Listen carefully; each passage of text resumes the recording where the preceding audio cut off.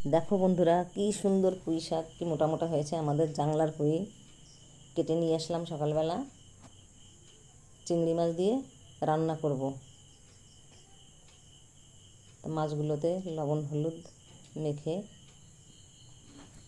কড়াইতে সর্ষের তেল দিয়ে তার মধ্যে রসুন আর রাঁধুনি ফোড়ন দিয়ে এই মাছগুলো দিয়ে দিলাম।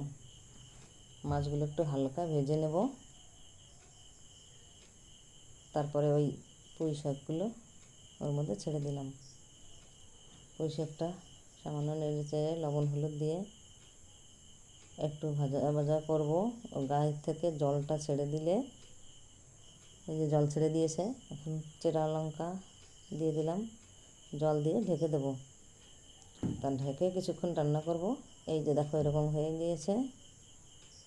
আমার রান্না এখনও কিন্তু হয়নি, আরও জলটা শুকাবে গায়ের।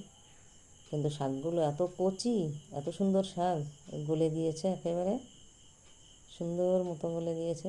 এই দেখো, আমার রান্নাটাও হয়ে গিয়েছে, গা মাখা মাখা হয়েছে। এখন নামিয়ে নেব।